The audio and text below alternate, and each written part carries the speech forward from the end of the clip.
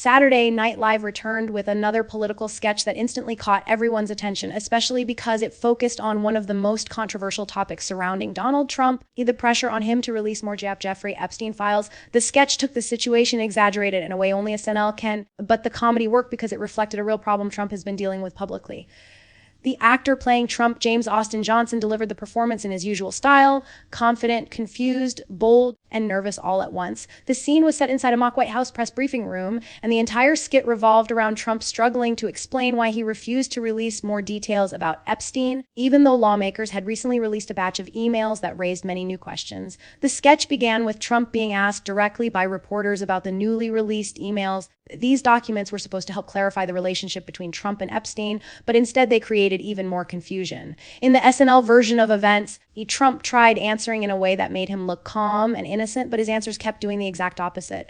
The first thing he said was, "I am hiding almost nothing, just enough to make it extremely suspicious." And this would be funny, but the joke worked because it captured the kind of accidental confession SNL often loves to portray. In the sketch, one reporter, played by Kenan Thompson, asked Trump why he was hiding anything at all. Trump tried to flip the question by saying, "If there was something bad about me in the files, why would I cover them up?" The reporter immediately pointed out the obvious that is exactly why anyone would cover something up.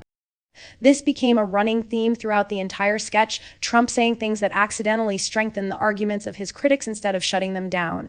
Trump then tried another approach, insisting that if he was truly innocent, he would have released everything already. He delivered this as if he were revealing something brilliant, but the reporter once again had to point out that Trump was just repeating what everyone else had been saying for days.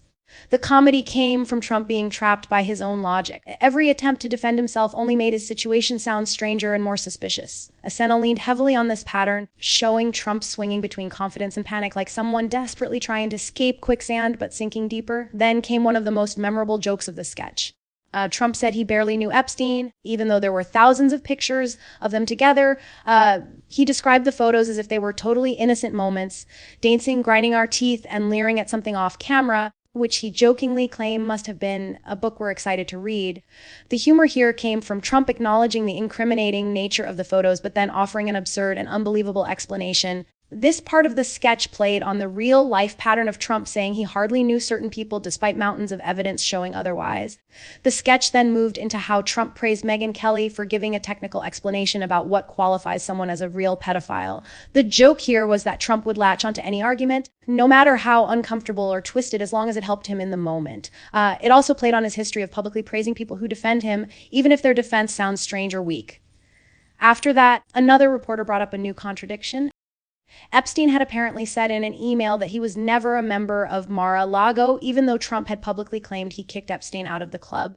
Trump's explanation for this contradiction in the sketch was something completely wild. He said the only explanation was that Trump existed across multiple timelines, like in a sci-fi movie. He called it the Trump Multiverse theory, claiming that the audience was living in the worst possible timeline version of him. This joke worked because it matched the real Trump's habit of saying unexpected things that sound like they come out of nowhere. The audience laughed because it was ridiculous, but at the same time, it felt like something SNL's version of Trump would genuinely believe. As Trump kept digging himself deeper in the sketch, you could feel the writers pushing the idea that he always tries to solve problems by either selling something or bragging about something. SNL tied idea to the extreme by having Trump suddenly offer to sell individual Epstein files for $800 each. He described them as beautiful, one-of-a-kind screenshots, even though they were in very low res.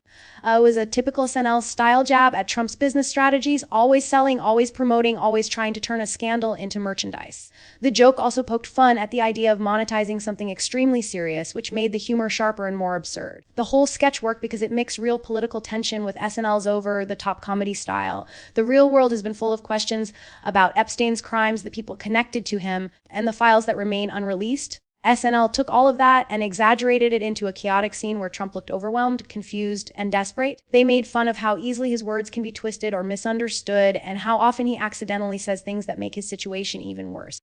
One of the strongest parts of the sketch was how James Austin Johnson played Trump. He didn't mimic Trump in a cartoonish way. Instead, he used Trump's speech patterns, confident yet rambling, bold but contradictory, and amplified them a little to create humor. He captured that specific tone Trump uses when he's trying to explain something complicated, even if he doesn't understand it fully himself. This made the comedy feel natural and believable instead of forced. Another important thing the sketch highlighted was how Trump often tries to spin the situation into something positive, even if everything is falling apart.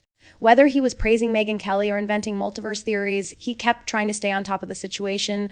But the more he tried to defend himself, the more he made everyone laugh because nothing he said actually helped. The humor came from his confidence not matching the reality of the situation. The sketch also reflected the public's continuing obsession with the Epstein case. People want answers. They want the full truth. They want clarity about who was involved, who knew what, and who tried to hide anything. When lawmakers released new emails earlier in the week, people assumed the information would settle some doubts, but instead it raised new ones. SNL's writers understood that confusion and turned it into comedy by showing Trump fumbling through explanations he clearly did not want to give. There was also an underlying message in the sketch about transparency. The fictional Trump kept arguing that people should trust him, even though he admitted he was hiding just enough to be suspicious. That joke hit hard because it echoed real concerns about how politicians handle sensitive information. People want leaders to be honest, open, and clear. But when they dodge questions or give confusing explanations, it leads to speculation, theories, and distrust. SNL captured that frustration in a humorous way. The idea of Trump selling the Epstein files for $800 was the perfect ending because it combined humor, criticism, and satire in one punchline. It joked about Trump's tendency to turn anything into a product and poked at the absurdity of selling something that should be public information. It also hinted at how scandals in politics often become entertainment or business opportunities. Overall, the sketch was a mix of political commentary, humor, and satire. It used the confusion around the Epstein files to highlight Trump's weaknesses in communication, his unpredictable behavior, and his tendency to make situations worse for himself even without meaning to. The humor was sharp but simple, making it easy for viewers to understand even if they weren't following every detail of the real controversy. SNL used exaggeration, clever writing, and a strong performance to create a sketch that felt both funny and strangely realistic. The sketch also served as a reminder of how comedy shows often shape public opinion by taking real events and showing them through a humorous lens. SNL has a long history of doing this with presidents and political figures, and once again they managed to take a serious subject and turn it into something that audiences could laugh at, even while thinking about the real issues behind the jokes. Because the Epstein case is full of dark and uncomfortable details, humor becomes a way for people to process the topic without feeling overwhelmed. In the end, the SNL sketch didn't try to solve anything or make any strong political point. Instead, it simply showed how ridiculous things can look when politicians avoid transparency and try too hard to spin the truth. The humor came from Trump's fumbling explanations, the reporters' reactions, and the absurd solutions he kept suggesting. It felt like a chaotic scene that mirrors how chaotic real politics can sometimes be. By exaggerating Trump's behavior, SNL reminded viewers how important honesty and clarity are, especially during serious national discussions. The sketch became memorable because it blended real-world frustration with comedy that was easy to understand and enjoyable to watch. Trump's nervousness, the press room confusion, the multiverse explanation, and the sudden sales pitch created a combination that felt chaotic, funny, and strangely believable. SNL once again delivered a moment that people would talk about long after the episode ended, showing how comedy can highlight truth in unexpected ways.